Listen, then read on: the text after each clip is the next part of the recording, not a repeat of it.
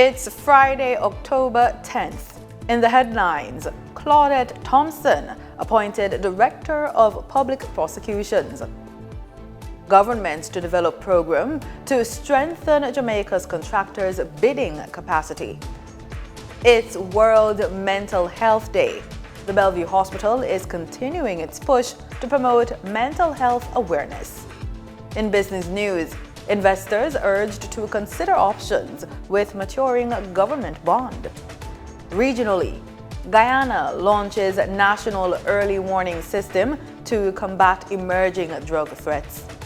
And in sports, Jamaican sprint legend Shelly-Ann Fraser-Price to be crowned by Serena Williams at Athlos NYC event. This is the Weekend News on PBC Jamaica.